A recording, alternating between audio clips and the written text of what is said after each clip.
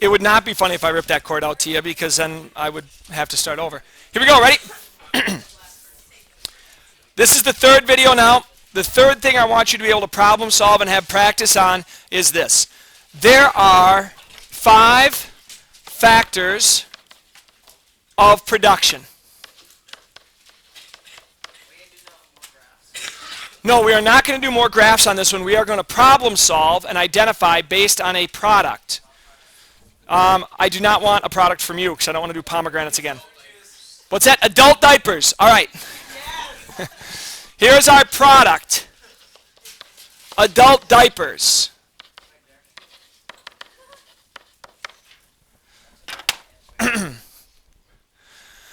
You are making adult diapers. You're going to start that business. The first thing you need are, so I'm going to put needs here, and then we're going to categorize them underneath. So this video shouldn't be nearly as long. You have needs for producing adult diapers. The first need that you have is you need people, hold on, we're going to do it opposite. We're not going to start with the factor of production. We're going to start with an example and see if you can categorize it. Okay, so we need people to put them in boxes. Good. What do we call that? Good. That is the labor. I will tell you this. This is the most expensive factor of production in almost every single product or service. What is? You know what? I would say this. So the question is, what isn't the most expensive? I would say if we get to something that is really highly automated, where they're making lots and lots of machines, we might have that, but I would argue that even at those companies, the CEOs, the engineers, the technicians are going to cost more than the other stuff. Here's why. Hold on a second. When you buy a robot, next year do you have to buy it again? Maybe you have to buy software updates, but you don't have to buy the full robot again. When you hire a technician this year to make sure it's running right, do you have to pay him again next year? Yes, so labor never goes away, whereas capital, those are those tools, you buy them once, you're kind of done. Think about that, like your house. Once you paid for your house, do you have to pay for it again? Once you've paid for it, not while you're paying for it. Once you've paid for your house, you're done paying for it. Do you have to pay taxes again?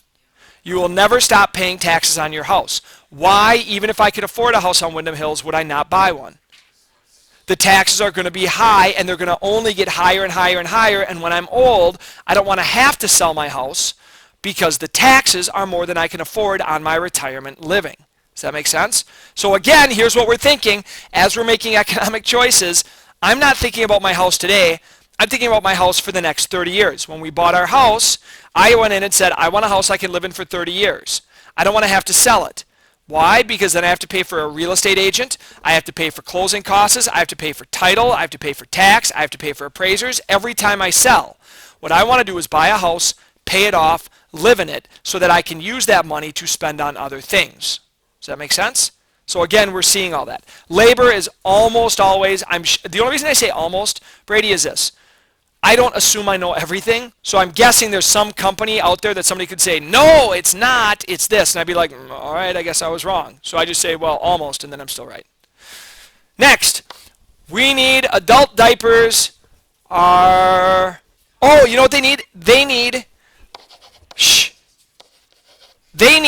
there's that gel foam that's really, really small, that when you get it wet, it expands, right? And it's absorbent. So they need that gel absorbent agent. What is that? No.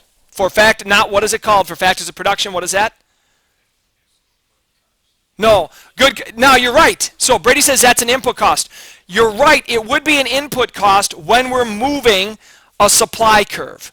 If the price of this absorbent agent increased, then they would say, well, that's an input cost increase for a business.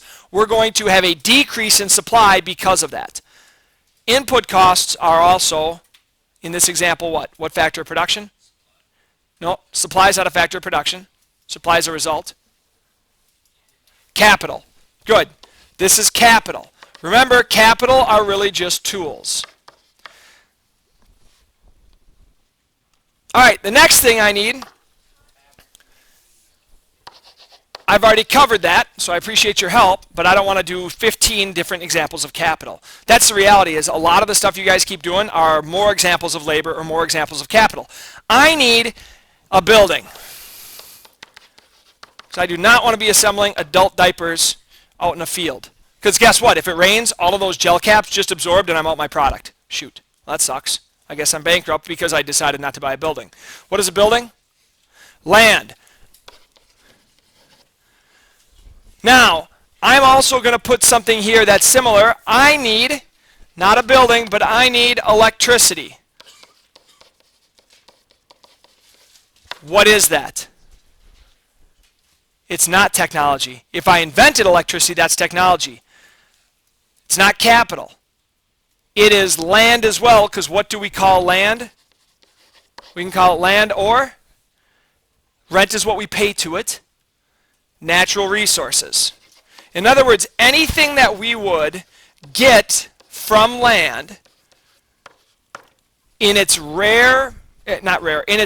in its essential form is going to be natural resources. So what we mean by that is, if I'm going, how do we make electricity? We burn coal, natural resources.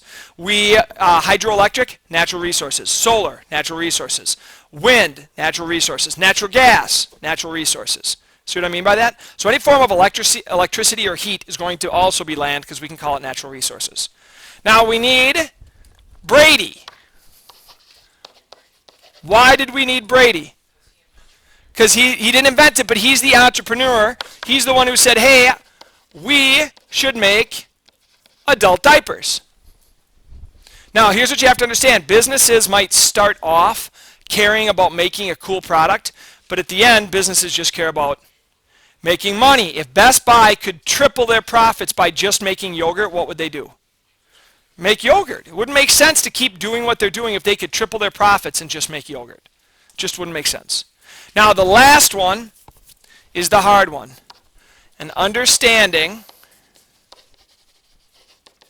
how, so this could be the instructions, or it could be inventing something, how to make diapers. What is that? You get this through education. This is your technology. Technology is not a phone. Inventing a phone is technology. Understanding how a phone works is technology. Being able to use that to do something. Again, right in front of you, you have a smartboard. Those of you at home are watching this video through YouTube that I recorded with a headset through the internet on a smartboard with smart software. None of that is technology. Me knowing how to use all of those things to deliver this to you is technology. All of the other stuff we listed is what? Capital. They're just tools. My understanding of how to do this is the actual technology. Any questions? Study hard for the test.